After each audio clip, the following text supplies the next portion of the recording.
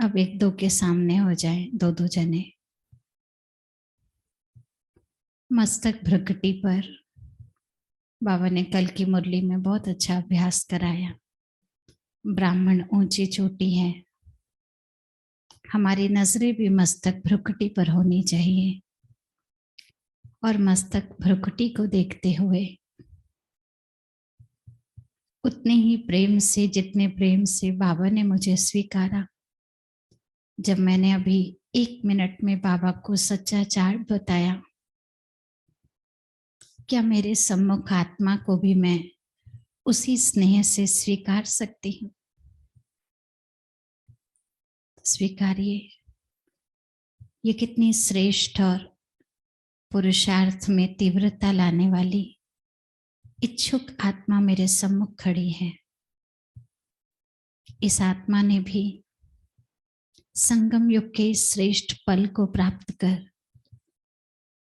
भगवान के साथ सर्व संबंध जोड़े हैं। चाहे लास्ट आई है, चाहे बहुत पुरानी है, लेकिन है तो ये भी माला का मन का। जैसे बाबा मुझे मीठे बच्चे देखते हैं, ऐसे मैं भी मीठी दृष्टि से इस आत्मा का शुभ भावनाओं वरदानों भरा नेत्र से इसका सुंदर भविष्य देख रही हूँ। शुक्रिया बाबा इतनी सुंदर नजर देने का। शुक्रिया बाबा ऐसा सुंदर श्रेष्ठ स्वमान देने का। और सदा शुक्रिया ऐसी ऊंची स्मृति रखने का। अब पुनः बाबा को देखें और रिवाइज कीजिए अपने मन में। इस 1 महीने के अनुभव में पांचों स्वरूप का अभ्यास करते हुए मेरे मन में एक्सपीरियंस जो अनुभूति हुई है दादा के संबंध से, बाबा के साथ की, समीपता की, सच्चाई की, सहजता की, वो अनुभूति अपने सामने लाइए। और अनुभव के साथ साथ इस अभ्यास ने मेरे पुरुषार्थ में क्या उन्नति मुझे दिलाया, अपने स्मृति पटल पर लेकर आइए। इस 1 महीने के पुरुषार्थ ने ऐसी कौन सी उन्नति मुझे कराई जो मुझे ये राजयोग का मार्ग सहज लगने लगा। और इसी उन्नति के आधार पर, अनुभव के आधार पर आगे बाबा से इसी जीवन में, इसी संबंध में ऐसी कौन सी आगे के लिए प्रतिज्ञा करने जा रहे हैं, ये भी आप अपने समक्ष स्पष्ट रखिए। क्योंकि जितना अनुभव स्पष्ट होगा, उन्नति स्पष्ट होगी, प्रतिज्ञा स्पष्ट होगी, उतना पुरुषार्थ तीव्र रहेगा। अभी 5-7 मिनट में जो बाबा से सम्मुख रख कर संकल्प किया है, इन तीनों बातों का अनुभव, उन्नति और प्रतिज्ञा, ये निश्चय पत्र में लिखिए। बैठ जाएंगे। 5-7 मिनट का ही टाइम है, फिर हमारे बीच सुधा दीदी आ जाएंगे। तो सभी अपना निश्चय पत्र, डायरी आपके पास है। जो डायरी नहीं लाए हैं वो मन ही मन बाबा को सुना दें। लेकिन 5-7 मिनट आपको मिलता है। 3 बातें लिखनी है। अनुभव क्या रहा मेरा, उन्नति कैसी हुई मेरे पुरुषार्थ में, और आगे के लिए बाबा से मैं प्रतिज्ञा क्या कर रही हूँ।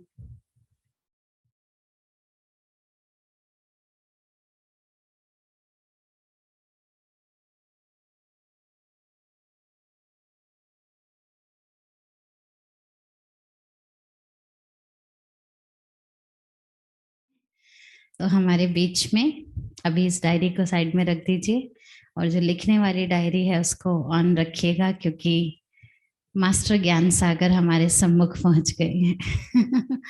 तो दिल से शुक्रिया आपका। आपको हमने बहुत शॉर्ट टाइम में ही बताया और दीदी इतने बिजी हैं, फिर भी दीदी ने कहा तीव्र पुरुषार्थी क्लास में तीव्रता भरने के लिए सुधा दीदी का तो आना बनता ही है। और आज का टॉपिक भी जो हम ले रहे हैं वो बहुत सुंदर है। टॉपिक कौन सा है? अगर कंप्लीट बनना है तो क्या करना है? कंप्लेंट से फ्री बनना है ना? बाबा कहते कंप्लेंट जितनी खत्म होती जाएगी उतना कंप्लीट बनते जाएंगे। तो इस महीने का हमारा ये टॉपिक रहेगा। इससे रिलेटेड हम बाबा से कौन सा संबंध रख सकते हैं वो हमें दीदी बताएंगी। उसका अभ्यास हम पॉइंट्स निकालेंगे। फिर उसके बाद क्योंकि डिस्कस करने का टाइम तो नहीं होगा, फिर हम आपको होमवर्क का चार्ट बनाकर भेज देंगे। ठीक है। ओम शांति। बहुत खुशी हुई जानकर कि यहाँ भी तीव्र पुरुषार्थियों का ग्रुप है। मुझे याद है कि बहुत साल पहले एक बार मैं ज्ञान सरोवर में हम दादीज कॉटेज में जनरली ठहरते हैं वहाँ। तो एक भाई आए, ज्ञान सरोवर के यंग भाई थे। तो कहते हैं कि दीदी आज हमारा हम शाम को रोज मिलते हैं, हमारा तीव्र पुरुषार्थियों का ग्रुप है और तो आप हमारे ग्रुप से मिलेंगे। तो हमने पूछा कितने हैं उसमें, भाई बहन वगैरह वगैरह। तो भाई ही थे सारे और वो रात को ही मिलते थे अपनी ड्यूटीज सब पूरी करके। तो ये कहते हैं कि हम इस ग्रुप में सिर्फ उनको ही इन्वॉल्व करते हैं जो रियली सिंसियर हैं, सिर्फ नाम के लिए नहीं कि भाई हम तीव्र पुरुषार्थियों के ग्रुप में ऐड हो गए तो चलो ठीक है। लेकिन जो रियल सिंसियर तीव्र पुरुषार्थ करने की इच्छा रखते हैं, उसको समझना चाहते हैं और करते हैं, तो वो ही केवल इस ग्रुप के अंदर हैं। और मिलने के लिए भी हम हर एक को नहीं बुलाते, हम देखते हैं किसको बुलाना है। तो लंबी स्टोरी है, लेकिन मतलब मधुबन में भी ऐसा बहुत वर्षों से चलता है। क्योंकि जहाँ भी कोई हो, चाहे मधुबन में रहता हो, चाहे सेवा केंद्रों पर रहता हो, चाहे घरों में रहता हो, चाहे पुराना हो बाबा का बच्चा, चाहे नया हो, कहीं पे भी और कोई भी हो, किसी भी शहर में हो, वहां बड़ी दीदियां हैं या नहीं हैं, हर जगह हर प्रकार के बाबा के बच्चे हैं, हर प्रकार के। कहीं पर भी आपको नहीं मिलेगा कि सभी एक प्रकार के हों। और शायद ऐसा ही ठीक है, ऐसा ही होना चाहिए। तो उसमें ही हमारा एग्जामिनेशन भी होता है और हमको मालूम पड़ता है कि हमने पढ़ाई कितने से अच्छे से पढ़ी। अगर सारे ही तीव्र पुरुषार्थी हों, यानी सारे ही संपूर्णता के बहुत ही नजदीक पहुंच गए हों, तो कंप्लेंट होने का तो प्रश्न ही नहीं, प्रश्न ही नहीं है। तो कंप्लेंट तो होती ही, चांसेस ही उसके तभी हैं जब कोई ऐसा काम करता है जो मतलब पुरुषार्थ की डेफिनेशन के ऑपोजिट है। पुरुषार्थ की डेफिनेशन क्या है? पुरुषार्थ की अगर हम परिभाषा सोचें तो क्या है? पुरुष के अर्थ, पुरुष माना आत्मा, पुरुष माना आत्मा, जो आत्मा के अर्थ, आत्मा के लिए, यानी आत्मा की भलाई के लिए, आत्मा की उन्नति के लिए, आत्मा के कल्याण के लिए, है ना, जो किया जाए वो ही पुरुषार्थ है। जो आत्मा की उन्नति के लिए, अगर मान लीजिए कोई व्यक्ति आत्मा की न केवल उसको अपने आप का यानी अपनी आत्मा का ख्याल है, परंतु अपने व्यवहार से, अपने कर्म से, अपने मैनर्स से, अपने बोलचाल से वो औरों को भी डिस्टर्ब करता है, तो कंप्लेंट तो वही आएगी ना। कंप्लेंट आने के चांसेस तो वही हैं। और तो अगर सारे ठीक पुरुषार्थ कर रहे हैं तो किसकी कंप्लेंट करें। इसलिए कहीं पर भी हम हो, सब जगह सब तरह के लोग मिलेंगे। तो जो सबसे पहली कभी कंप्लेंट होती है या होने का चांसेस होता है, वो ये होता है, अगर मिसाल के तौर पे हम देखते हैं कि कोई बहुत पुराना बाबा का बच्चा है, 30 साल से ज्ञान में चल रहा है, लेकिन उसको अभी भी गुस्सा आ जाता है, मान लीजिए,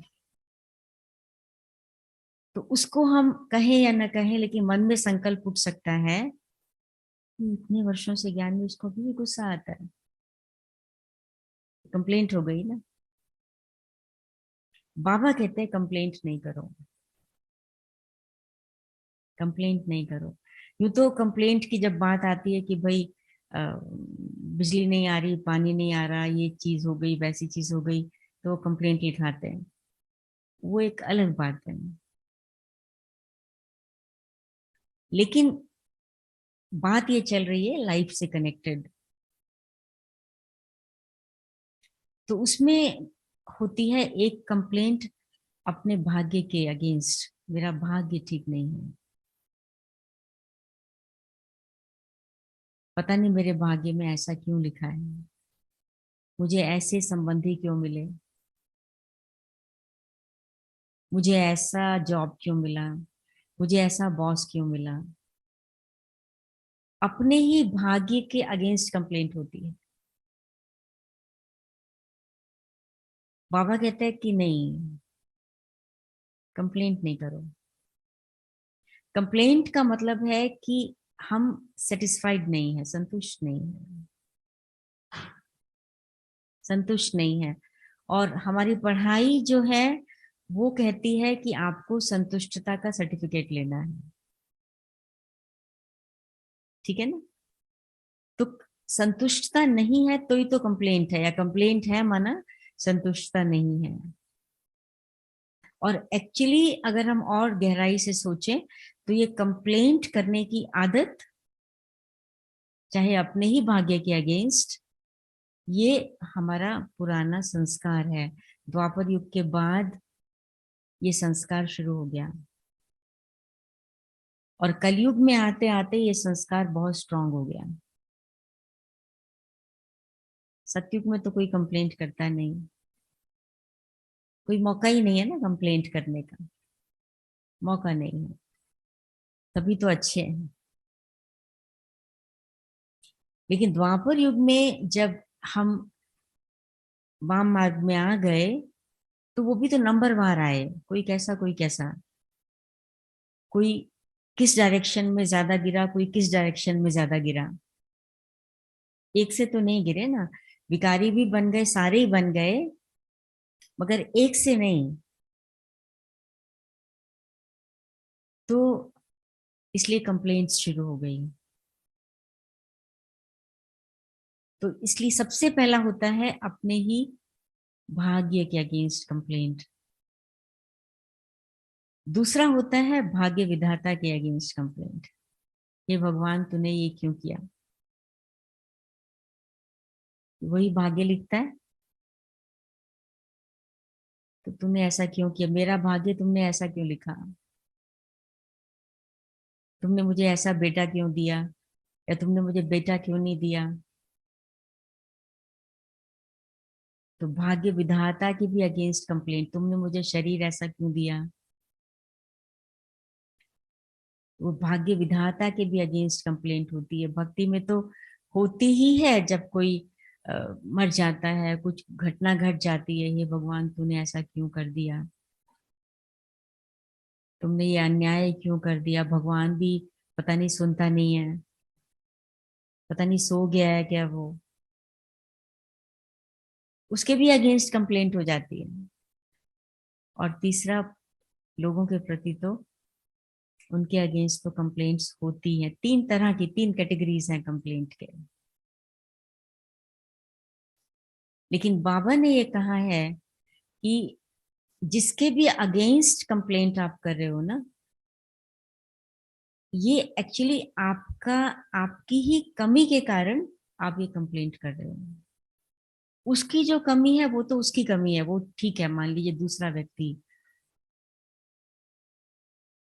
लेकिन आपकी क्या कमी है? आपकी कमी है उसके डिफेक्ट्स को देखने की। डिफेक्ट है आपको। आप उसके डिफेक्ट्स को तो खत्म करना चाहते हो। कहेंगे मेरी शुभ भावना है ना कि वो व्यक्ति बदल जाए। लेकिन वो जहां शुभ भावना होती है वहां कंप्लेंट नहीं होती। बाबा हमारी कभी भी कंप्लेंट नहीं करता है। तो जहां शुभ भावना, हम कहते हैं मेरी शुभ भावना है ना, बाबा कहते नहीं। अगर शुभ भावना है तो उसकी कमी को भी परिवर्तन करके, उसकी कमी का ऑपोजिट क्या है? अच्छाई। उस अच्छाई को तो अपने में धारण कर लो और उसके लिए शुभ भावना रख लो, ये व्यक्ति भी बदल जाए। मुझे उसकी कमी को देखकर लेसन सीख लेना है। कंप्लेंट नहीं, कंप्लीट बनाओ। तो यानी कंप्लीट बनने की तरफ अगर ध्यान है, कंप्लीट बनने की ओर मेरा अटेंशन है, फोकस है, तो कंप्लेंट करने का मेरे पास टाइम ही नहीं है। मेरा फोकस हट जाता है। हम औरों से एक्सपेक्ट करने लग जाते हैं।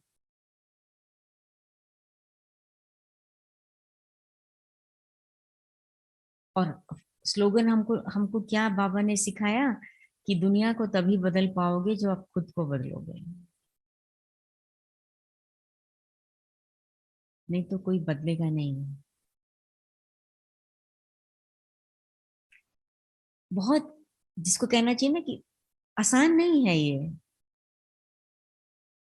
आसान नहीं है। लेकिन जिसके कहते हैं ना कि लग जाना है। आज कोई व्यक्ति आए थे यहाँ पर, तो उन्होंने भक्ति में कोई संकल्प लिया। रहते थे वो अपने यंग एज में खारी बावली की साइड। कालका जी में कोई मंदिर होगा, मुझे पता नहीं सब सारी बातें। तो कहते हैं कि मैं कोई चौकी रखा था, पता नहीं क्या वो बोल रहे थे। तो खारी बावली से कालका जी तक वॉकिंग, 4 संडे मुझे जाना है।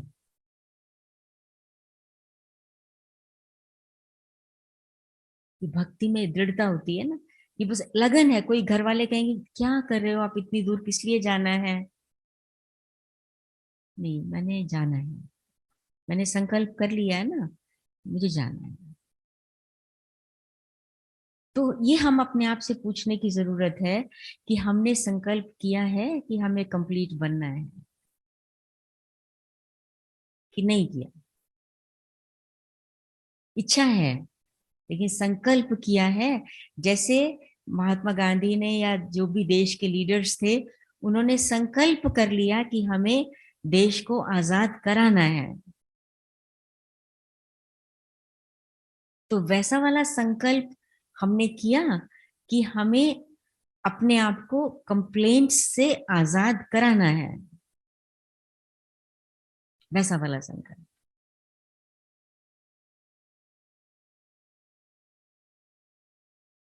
इसको ही तो व्रत कहते हैं ना। ये व्रत, ये दृढ़ता। तो ये जो हमारी हैबिट है कंप्लेंट करने की, ये हैबिट खत्म हो जाती है। हैबिट है एक्चुअली, वो खत्म हो जाती है फिर। इसलिए बाबा हमको कहता है कि बच्चे सिर्फ यही देखो। अब जैसे जगदीश भाई कहा करते थे कि कोई कहता है कि मेरे को तो कोई रिस्पेक्ट ही नहीं करता, ये भी कंप्लेंट है ना, मुझे कोई पूछता ही नहीं।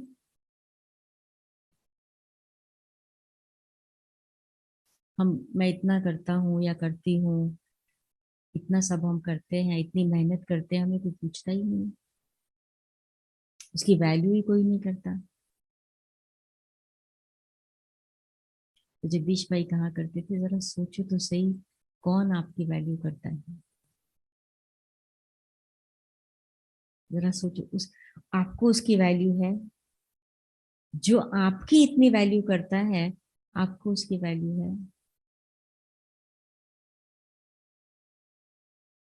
इसलिए जो बात निकली आज, कि आपको, मुझे मालूम पड़ा कि आप बाबा से संबंधों का भी अनुभव करते हैं।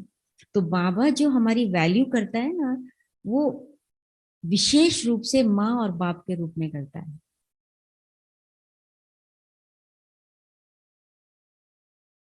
एक बाबा की, मेरे ख्याल से 20 अक्टूबर की बाबा की मुरली थी। तो जब मैं उसको सुन रही थी, तो उसमें सुनते सुनते मुझे ऐसा महसूस हुआ कि जैसे बाबा, आज बाबा माँ के रूप में ज्यादा बोल रहा है। उसमें बाबा कहता है कि बाबा बच्चों को देख देख के खुश होता है, देख देख के खुश होता है, जैसे माँ होती है ना, वो बच्चों को देख देख के खुश होती है, और देख देख के खुश होकर के महिमा करती है, मेरा राजा बेटा है। तो बाबा भी देख देख के खुश हो के महिमा करता है, बच्चे तुम ही तो सब कुछ जानते हो, और कोई कुछ नहीं जानता। तुम ये भी जानते हो, तुम ये भी जानते हो, तुम ये भी जानते हो, तुम ये भी जानते हो, तुम्हारा ही हीरो पार्ट है।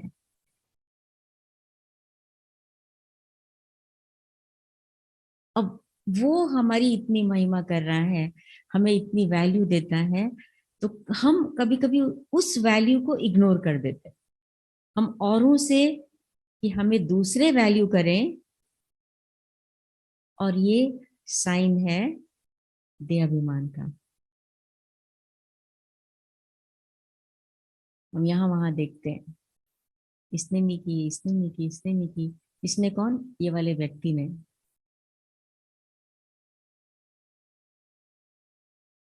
है ना, व्यक्तियों से हमारी आशा हो जाती है। और बाबा परमात्मा, माता, माँ, परम माँ, परम पिता कहने की आदत हो गई है हम सबको, लेकिन परम माँ भी है वो। और उसी मुरली में बाबा ने कहा, ब्रह्मा माँ है, शिव पिता है, तुम किसके बच्चे हो? किसके हो? ब्रह्मा माँ है, शिव पिता है, तुम किसके बच्चे हो? दोनों के हैं ना। बच्चा कोई कहेगा कि अब मैं मम्मी का हूँ, पापा का नहीं, या पापा का हूँ, मम्मी का नहीं।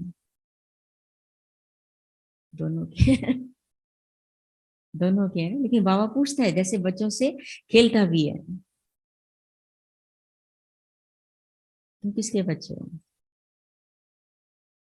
तो अब माँ जो है वो बच्चों के साथ खेलती भी है, खेल खेल में उसको बहुत कुछ सिखा देती है, बहुत कुछ सिखा देती है। तो शिव बाबा भी हमको खेल खेल में बहुत कुछ सिखा देता है। तो कभी जब बाबा की मुरली सुनते हैं, तो इस मतलब बाबा से जो संबंधों का अनुभव करना है ना, वो कैसे करेंगे? वो मुरली के थ्रू ही होता है, मुरली के थ्रू ही होता है। बाबा की पर्सनालिटी को हम बाबा की मुरली से ही समझ सकते हैं, कि बाबा माँ भी है। उसमें फिर बाबा ने कहा, अच्छा फिर और क्या होता है, कि माँ का एक काम होता है कि माँ बच्चों की हिम्मत बढ़ाती है, हिम्मत बढ़ाती है। पिता भी बढ़ाता है, लेकिन माँ ज्यादा बढ़ाती है, क्योंकि ज्यादातर छोटेपन में बच्चे मम्मी से ही कनेक्टेड होते हैं। आजकल अ, मम्मी भी जॉब करती हैं, पापा भी करते हैं, तो एक अलग हो जाता है, लेकिन पहले तो माँ से ही दिन भर बच्चे कनेक्टेड रहते हैं, पापा से तो सवेरे मिलेंगे, रात को मिलेंगे बस। तो माँ ही बच्चों को एनकरेज करती है, तुम कर सकते हो। जैसे कल था ना कि ये याद करो, या ये आज था कि तुम ही तो देवता थे, तुम ही तो थे। बस इसको याद रखो कि मैं ही देवता था और मुझे ही बनना है, मुझे ही बनना है, मैं फिर से बन रहा हूँ, फिर से। तो माँ बच्चे को एनकरेज करती है। तो अगर अगर वो माँ एनकरेज कर रही है कि तुम देवता थे, तुम संपूर्ण थे, तुम परफेक्ट थे, तुम सर्वगुण संपन्न थे, तुम 16 कला संपूर्ण थे, वो मेरा ध्यान उधर खिंचवा रही है, ताकि इधर जहां पर कंप्लेंट करने का मौका है वहां मेरा ध्यान जाए ही नहीं, जाए ही नहीं।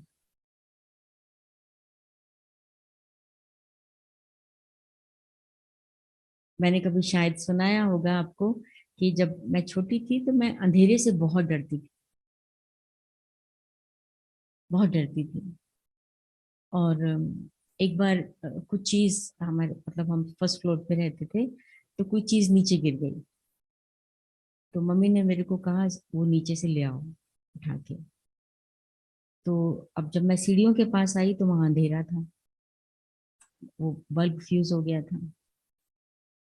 तो मैंने कहा नहीं अंधेरा है, मैं नहीं जाऊंगी। मम्मी कहती नहीं नहीं जाओ जाओ जाओ। नहीं नहीं अंधेरा है, मैं नहीं जाऊंगी, मेरे को डर लगता है। कहती नहीं मैं तुमको ना बुलाती रहूंगी आवाज, तुम एक एक स्टेप उतरते जाना ना, तो फिर तुम पहुंच जाओगे, ठीक हो जाएगा। अब जा तो मम्मी खुद भी सकती थी, खुद भी जा सकती थी ना, लेकिन वो मेरे को, मेरे में हिम्मत भरना चाहती थी। तो उन्होंने क्या किया, वो ऊपर ही खड़ी रही, मैं उतरी एक स्टेप, हाँ उतर गई, उतर गई, उतर हर स्टेप के बाद उतर, और मैं इतना धीरे धीरे धीरे धीरे, वो मेरी आवाज भी शायद सुन रही होंगी उसकी, उतर गई। और लास्ट तक, जब तक मैं लास्ट स्टेप पर नहीं पहुंची, अच्छा पहुंच गई, फिर ऐसे फिर जब वापस भी आते आते, तो वो हर स्टेप पर ऊपर से मुझे सपोर्ट दे रही हैं। तो उसके बाद धीरे धीरे मेरा डर खत्म होने लग पड़ा। अब आप सोचिए, ये पता नहीं कितने वर्ष पुरानी बात होगी, लेकिन याद है मुझे अभी तक। तो मदर वो क्यों, अब वो जो वो आवाज लगा रही थी, उतर गई उतर गई, तो मेरा ध्यान अंधेरे की ओर नहीं है, मेरा ध्यान उनकी आवाज पर है, उनकी आवाज पर है। तो बाबा जो हमें कहता है ना कि तुम ही तो थे, तो वो हमारा ध्यान उधर खिंचवाता है, तुम थे और तुमको ही फिर बनना है। तुम नहीं बनोगे तो और कौन बनेगा, और कौन बनेगा, और कोई है ही नहीं। पिछले दिन बाबा ने कहा कि मैं पढ़ाता ही केवल तुमको हूँ। वो कह रही थी कि देखो कितने लकी हैं हम, भगवान के कॉलेज में एडमिशन हमको ही मिलता है, सभी को तो मिलता नहीं सभी कॉलेजेस में एडमिशन। तो यहाँ भगवान के कॉलेज में एडमिशन हमें ही मिला, देखा होगा ना उसने कुछ कि हमारे में योग्यता है। वो कहते तुम ही तो थे। तो वो हमारा ध्यान उधर खिंचवाता है, ताकि हमारा ध्यान वहां न जाए जो मुझे नीचे ले आए। जब कंप्लेंट करने लगते हैं हम, उस सबसे पहले हमारी खुद की स्थिति नीचे चली जाती है, नीचे चली जाती है। और बाबा नहीं चाहते ये, बाबा चाहते हैं कि हम ऊंची स्थिति पर ही रहें। और ऊंची स्थिति पर जब रहते हैं तो नीचे कुछ होता भी है उलट पुलट, तो वो हमको बहुत बड़ा नहीं लगता।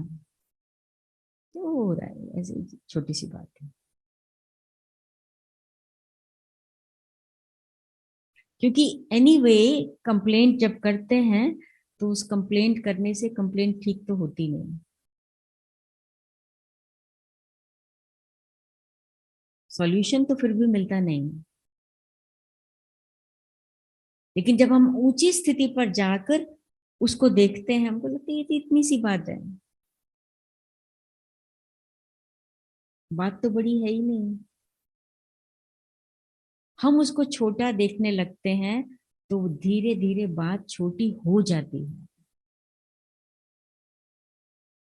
हमारे संकल्पों का अफेक्ट, क्योंकि हमारे संकल्प ज्यादा पावरफुल हैं। बाबा ने कल कहा शायद मुरली में कि स्वस्थिति की शक्ति परिस्थिति से ज्यादा है। कहा ना, कल ही कहा, कल की मुरली में था, स्वस्थिति की शक्ति परिस्थिति से ज्यादा है, वो ज्यादा पावरफुल है। तो जब बाबा हमको एनकरेज करता है, हमें हिम्मत बढ़ाता है, तो वो हमारी स्वस्थिति पर हमको ले जाना चाहता है।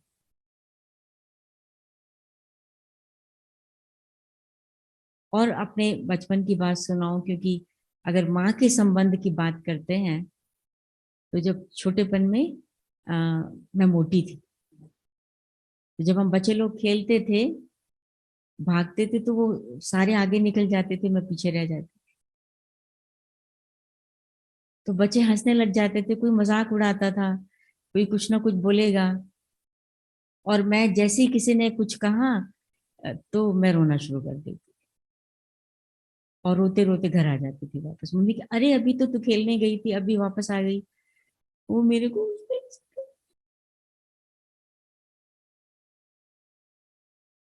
तो मम्मी को, अच्छा उसने ऐसा कहा, अच्छा कहाँ, कहाँ लग गया, दिखाओ कहाँ लगा, लग गया कहीं, कहीं तो लगा नहीं,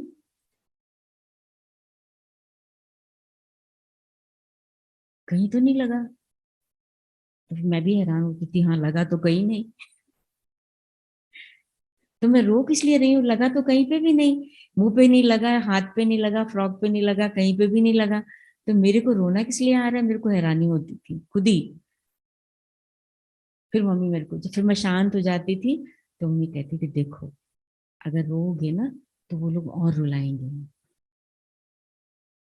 जो और ही मजाक उड़ाएंगे, नहीं रोओगे ना, फिर वो उनको, वो बोर हो जाएंगे, कहेंगे इसको तो रोती नहीं है, इसको हम क्या कहें, कोई बात नहीं, वो कुछ कहना छोड़ देंगे।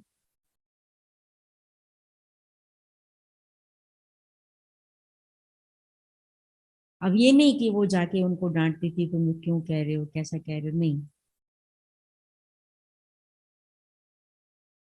तो बाबा भी हमको कहता है कि कोई कुछ भी करता है, तुम्हारा क्या जाए, किसी ने कुछ कह दिया, किसी ने कुछ बोल दिया, कोई आपको कुछ भी बोला, बोला, चला गया। बहुत मतलब सिखाते थे बचपन में, बहुत फॉर्चुनेट समझते हैं अपने आप को, कि मम्मी ये भी सिखाती थी, कोई चांद पे थूकेगा ना तो किस पे के मुंह पे गिरेगा, उसके मुंह पे गिरेगा ना, तुमको किस लिए रोना है। तो इसलिए कंप्लेंट नहीं करो, कंप्लेंट नहीं करो, इग्नोर कर दो। कई बार इग्नोर करना पड़ता है, जो चीज वैल्यूएबल नहीं है उसको इग्नोर किया जाता है। हम मार्केट में जाते हैं कुछ चीज खरीदने के लिए, जो हमें पसंद नहीं है उसको हम देखते भी नहीं, देखते हैं, ऐसे ही होता है ना। आपको पिंक कलर का कुछ चाहिए, लेकिन वो शॉपकीपर इतना अच्छा येलो ग्रीन ब्लू कुछ भी दिखाता है, भैया ये नहीं चाहिए ना, हमने बोला हमको पिंक चाहिए। अब देखो तो सही है कितना अच्छा है, अरे मुझे नहीं चाहिए। जो चीज मुझे नहीं चाहिए बाबा इसलिए कहता है जो आपको नहीं चाहिए वो आप लेते ही क्यों हो। कंप्लेंट तब होती है जब हम वो ले लेते हैं जो हमें नहीं चाहिए।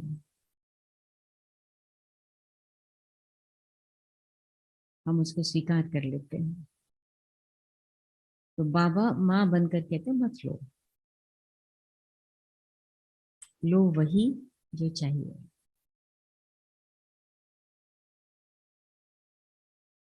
लेकिन मांगो नहीं। प्यार चाहिए हाँ, सम्मान चाहिए हाँ, मांगो नहीं।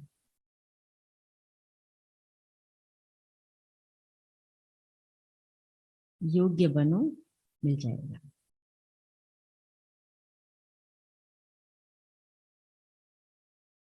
योग्य बनो, मिल जाएगा। कर्म की फिलॉसफी, कर्म का सिद्धांत बहुत मजबूत है।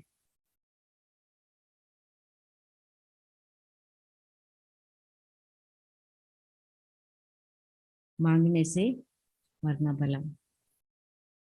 मैं क्यों मांगू, मैं भिखारी हूँ क्या।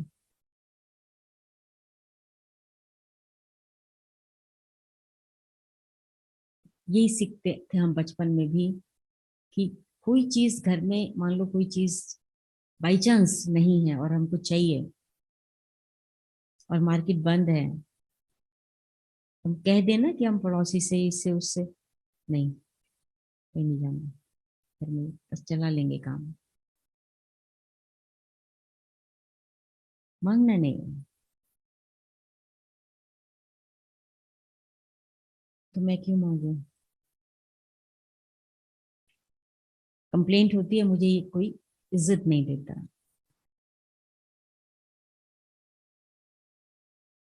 जरूरत नहीं है ना। हम हम अपना कार्य ठीक करते जाएं, समय आएगा जब सत्य की नाव हिलेगी मगर डूबेगी नहीं। तो ये कौन कहता है, ये माँ कहती है। सत्य की नाव हिलेगी मगर डूबेगी नहीं। तुम चलते रहो सत्य की राह पर, सत्य सामने आ जाएगा। फिर उसके बाद और क्या, माँ का काम होता है, कोई कपड़ों पर या चेहरे पर कहीं पर दाग वाग लग जाए तो क्या करती है माँ? वही साफ करती है। वही साफ करती है, अपनी साड़ी से ही साफ कर देती है। उसका खुद की साड़ी में लग जाए वो कोई बात नहीं, लेकिन बच्चे के चेहरे पर नहीं होना चाहिए। होता है ना ऐसे, सारी माएं बैठी हैं ना, सबको पता है। तो बाबा भी हमारे दाग कोई है ना, तो उसको बाबा बड़े प्यार से उतारता है। उसको बहुत प्यार से बाबा उसको साफ कर देता है। तो उसमें बाबा ने क्या कहा उस मुरली में, ये 20 तारीख की मुरली की बात कर रही हूं मैं। बाबा ने कहा बच्चे, अंत तक ज्ञान अमृत पीते रहना, क्योंकि दाग है ना, बोझ है, उसे उतारना है। पीते रहना, अंत तक पीते रहना। अब ये जो प्यार भरी शिक्षा है, अंत तक पीते रहना। महात्मा गांधी की माँ ने उनको विलायत जाने से पहले 3 शिक्षाएं दी कि तुम बेटा जा तो रहे हो, परंतु ये नहीं करना, ये नहीं करना और ये नहीं करना।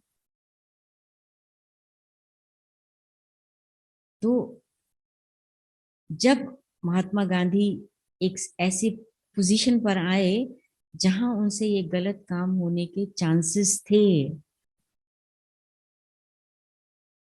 लेकिन उनको फौरन माँ की याद आ गई कि माँ ने कहा था ये नहीं करना, ये नहीं करना, ये नहीं करना।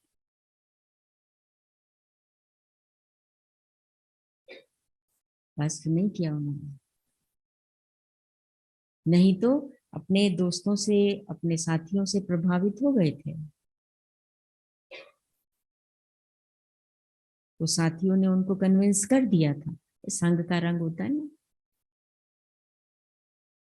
लेकिन माँ ने जो शिक्षा दी थी ये नहीं करना। तो वो स्मृति में आने से बच गए, गलत काम करने से। तो बाबा भी क्या कहते हैं कि बच्चे अंत तक ज्ञानामृत पीते रहना, पीते रहना। अब इसको भी समझना है, पीते रहना। जब वो हम पीते हैं ना कोई चीज, इसलिए कई लोग कहते हैं कि जब भोजन है ना, भोजन को खाना नहीं है, भोजन को पीना है। यानी भोजन को इतना चबाना है कि वो यहाँ पर ही लिक्विड बन जाए। उसको स्वेलो नहीं करना है, निगलना नहीं है, उसको इतना चबाना है कि वो मुंह में ही लिक्विड बन जाए, और फिर उसको पीना है। तो ज्ञानामृत पीना है, उसको इतना अच्छे से मेरे को चिंतन मनन करना है उसका, कि वो अमृत समा जाए। क्योंकि जब वो, क्यों लोग जूस जब पीते हैं वो जल्दी शक्ति देता है, वो क्योंकि जूस जल्दी से चला जाता है। ग्लूकोज चढ़ाते हैं जब किसी को अचानक से कमजोरी होती है, क्यों चढ़ाते हैं ग्लूकोज, वो लिक्विड, ताकि वो जल्दी से चला जाएगा। मेरे तो ग्लूकोज का डिब्बे में से एक चम्मच खा लो, नहीं, वो लिक्विड फॉर्म में चढ़ाते हैं, लिक्विड फॉर्म में। कि कोई बीमार को लिक्विड फॉर्म में भोजन देते हैं, क्योंकि वो बॉडी में जल्दी एब्जॉर्ब होता है। तो बाबा भी कहता है कि ज्ञान को अमृत की तरह एब्जॉर्ब करना है।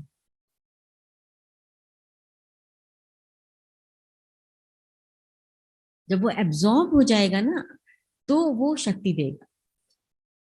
तो माँ का यही काम होता है, बच्चा शक्तिशाली बने।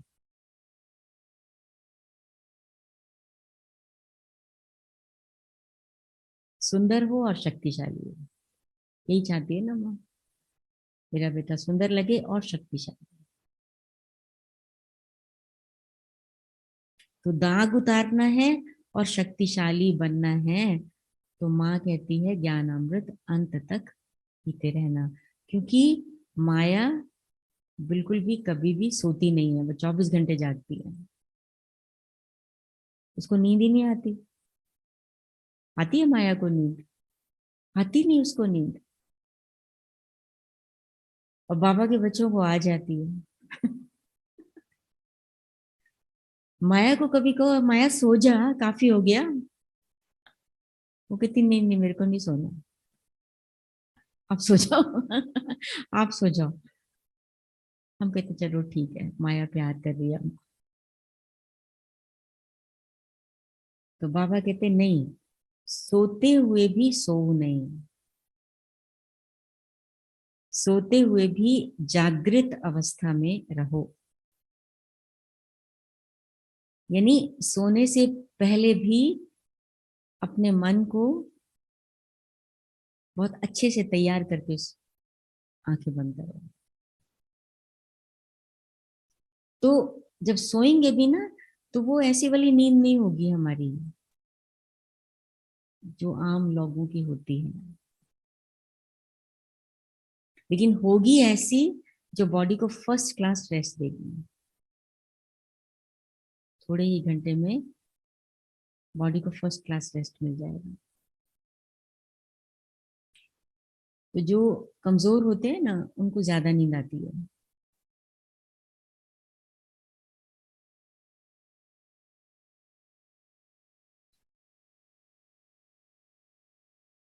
शक्तिशाली है उसको नहीं आती है।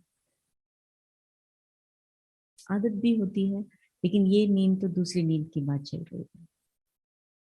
तो इसलिए बाबा क्या कहता है कि अगर ज्ञानामृत पीते रहोगे तो किसकी कंप्लेंट करें, कब करें। ज्ञानामृत पीते जा रहे हैं, शक्ति इतनी आ गई, तो हमको हर बात छोटी लगती है। अब सोचिए जरा कि बाबा की इतनी गलत गलत बातें न्यूज़पेपर्स में प्रिंट हो गई, कितनी पब्लिसिटी हो गई, कितनी गलत गलत बातें बाबा बाबा के बारे में लोगों ने बोली। बाबा को कोई फर्क नहीं। बच्चे कहते हैं बाबा कंप्लेंट करें, कोर्ट में केस करें, पता है ना सबको ये स्टोरी। लेकिन बाबा ने क्या कहा, माता को माता नहीं होती, पूत कपूत हो सकता है, लेकिन माता को माता नहीं होती। तो माँ अपने बच्चे पर केस नहीं कर सकती। तो कंप्लेंट करना माना ये जो क्वालिटी है ना माता वाली, उस क्वालिटी से परे जाना, इसकी कंप्लेंट कर रहे हैं। ये भी तो सारे मेरी ही माता के बच्चे हैं। पहली बाबा ने कहा ना कि अगर भाई भाई भी देखो तो आप कौन हो, आप बड़े भाई हो, आप बड़े भाई हो। अब बड़ा भाई छोटे को क्या करेगा, छोटा गलती भी करेगा तो ठीक है, भी तेरे को सब कुछ चाहिए तू ले ले, खुश रह, झगड़ा मेरे को नहीं करना। बड़े भाई का बड़प्पन तो यही होता है,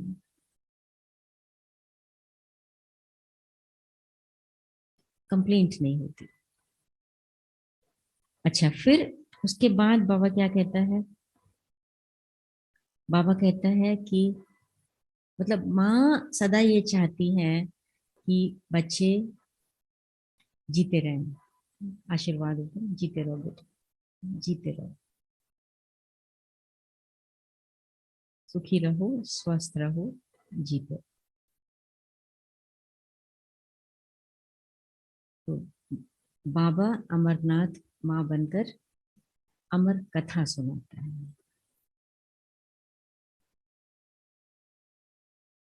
अमर कथा सुनाता है,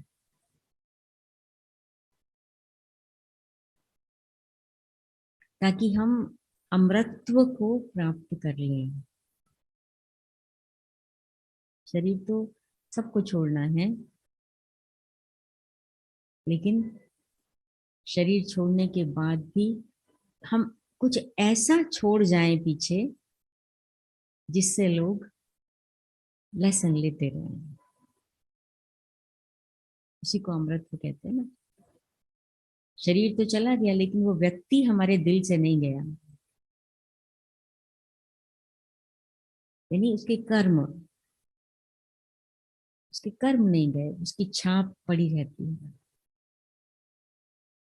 तो अमर कथा तो है, तो सतयुग से लेकर हमारी कथा, लेकिन इसमें मोस्ट इम्पॉर्टेंट पार्ट जो है वो संगम युग का है। सतयुग में तो हम जानते ही नहीं, वहां मरते नहीं है, उस चीज का हमको एहसास नहीं है कि हम तो शरीर छोड़ेंगे, ऐसा कुछ नहीं है। अब वो अभी उसकी वैल्यू है, अभी उसकी वैल्यू होती है हमको। तो इसलिए बाबा का माँ बनकर हम बच्चों को शिक्षा देना, समझाना, सिखाना, पढ़ाना, शक्ति देना, मैच्योर बनाना, मैच्योर, पाँव पर खड़े हो जाना, ये अगर हम वो पूरी पालना उस माँ की लेते रहते हैं तो ये जो कंप्लेंट करने का नेचर है या हैबिट है वो खत्म हो जाता है। फिर क्वेश्चन ही नहीं है कि हम अपने भाग्य से सेटिस्फाइड नहीं। बाबा तो हमारे जैसा भाग्यशाली कोई है ही नहीं,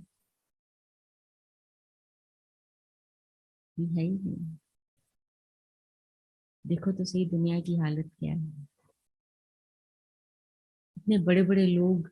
अब वो आज भी मैं एक सेंटर पे गई थी, तो एक बहन कहती है कि दीदी कोरोना काल में कईयों के लिए ये बहुत मुश्किल का टाइम था, क्योंकि मुझे ऐसे महसूस होता है मेरे लिए ये डायमंड पीरियड था। और मेजॉरिटी बाबा के बच्चों ने ये महसूस किया। ये भाग्य नहीं है। लोग डरे पड़े हैं, चिंता लगी पड़ी है, क्या क्या हो रहा है, और हम समझ रहे हैं वाह बाबा ने टाइम दे दिया साइलेंस का।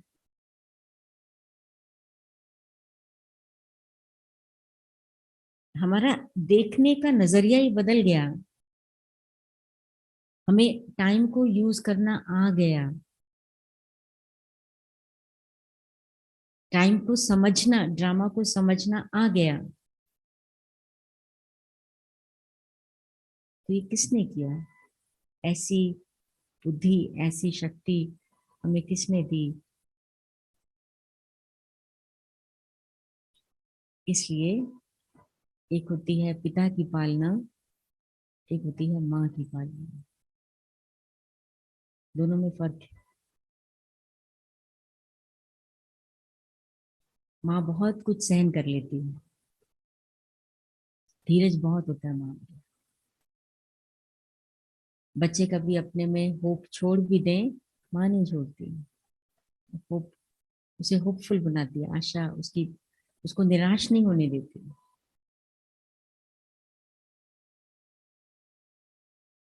तो ऐसे ही बाबा भी है कि बच्चे तुम बस हिम्मत करो, मैं हूं तुम्हारे साथ। है ना बाबा की वो बात है, तुम चिंता मत करो, मैं बैठा हूँ। मैं बैठा। ठीक है। और कुछ? बस। ओम शांति। बहुत बहुत बहुत थैंक्स दीदी, बहुत सुंदर मंथन करके ऐसे अंदर से निकाल दिया। और मुझे तो दीदी जब सुना रहे थे तो ऐसे ही लग रहा था बाबा चिड़िया का भी उदाहरण देते हैं ना, वो चबा चबा के अपनी चोंच में डाल देती है। तो दीदी ने हमको अच्छे से मंथन करके, मेरे को तो लगता है यहाँ बैठे बैठे लग रहा था सच में कंप्लेंट है ही क्या। लग रहा था आप में से किस किस को लग रहा था? लग रहा था बड़ा आसान है, छोड़ देना, वो भले प्रैक्टिस अभी जाएंगे क्षेत्र में। तो दीदी ने कहा ना कि माया खड़ी है।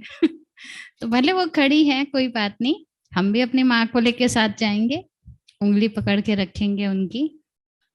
तो बहुत बहुत थैंक्स। अभी दीदी हमें माँ के साथ का अनुभव कैसे करें, तो 5-7 मिनट दीदी उसका अनुभव करेंगे, कराएंगे, करना चाहेंगे ना?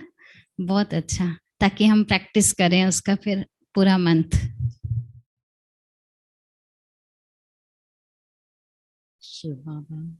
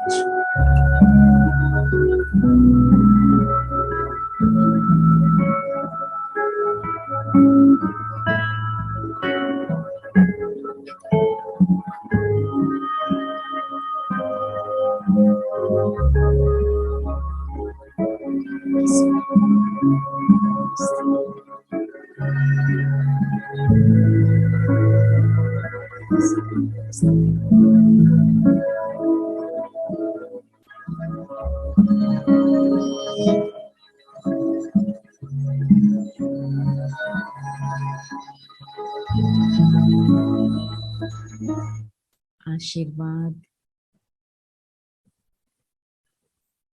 उनका हाथ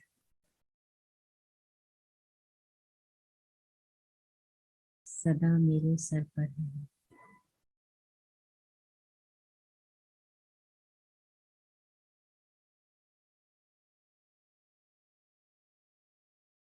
मुझे पता है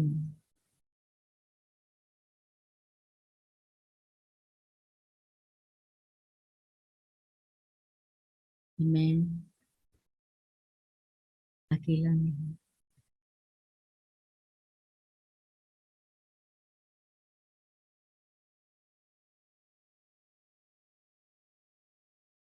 मेरी माँ की नजर, उनकी कृपा दृष्टि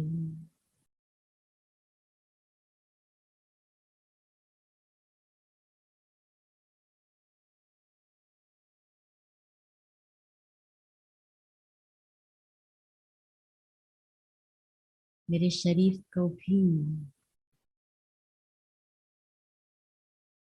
शक्ति से भर देता है।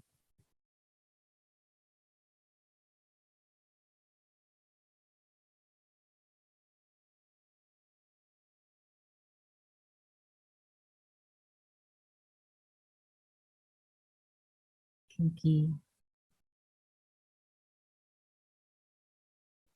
मेरी माँ यही चाहती है कि मेरा बेटा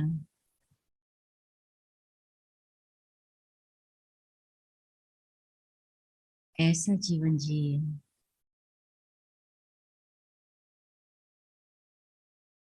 जो युगों युगों तक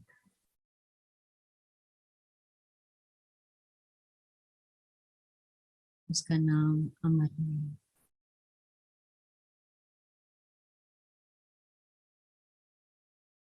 उसके कर्म ऐसे हों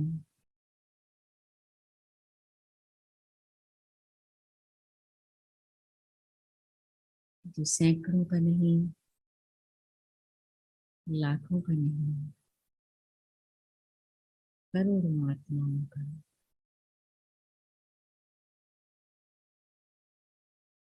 पथ प्रदर्शन करे।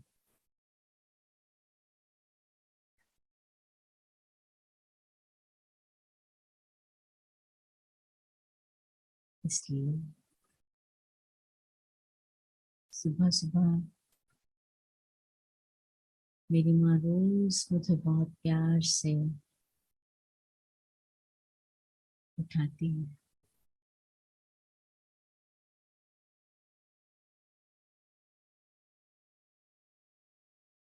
तैयार करती है,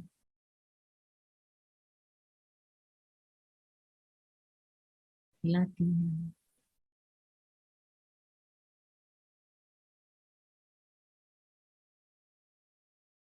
सेवा के योग्य बनाती है।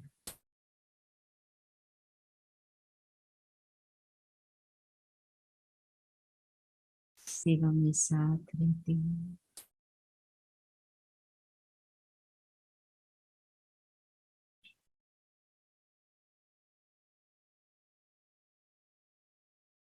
बहुत खुश होती है।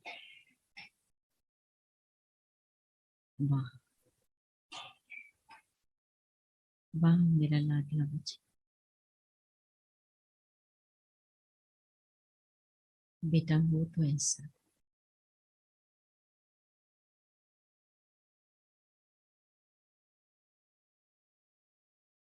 और फिर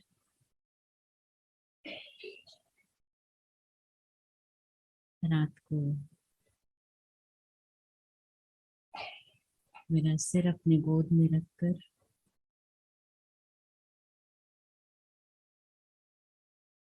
बहुत प्यार से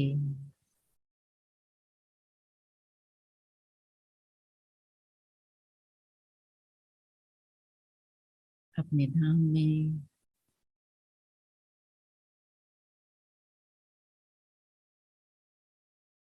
आराम कराती है।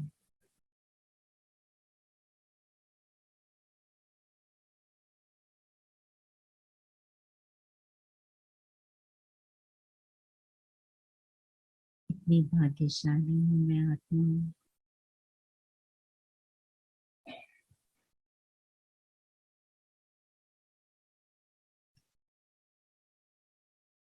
कौन है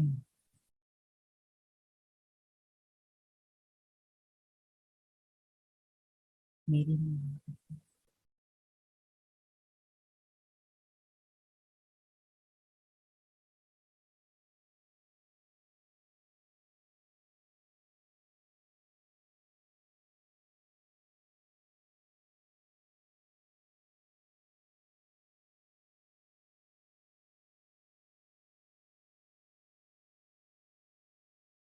वाह वाह, ये मेरा भाग्य।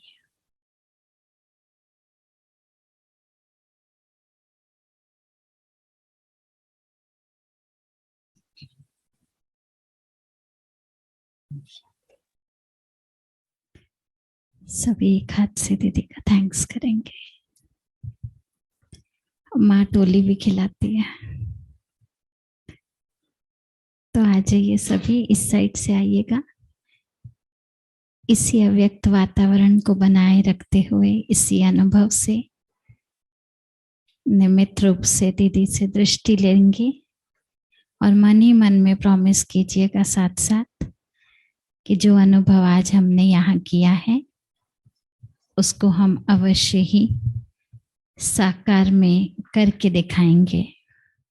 इस वीडियो से संबंधित अधिक जानकारी प्राप्त करने के लिए और निशुल्क राजयोगा मेडिटेशन सीखने के लिए आप नीचे दिए गए नंबर्स पर हमें संपर्क कर सकते हैं।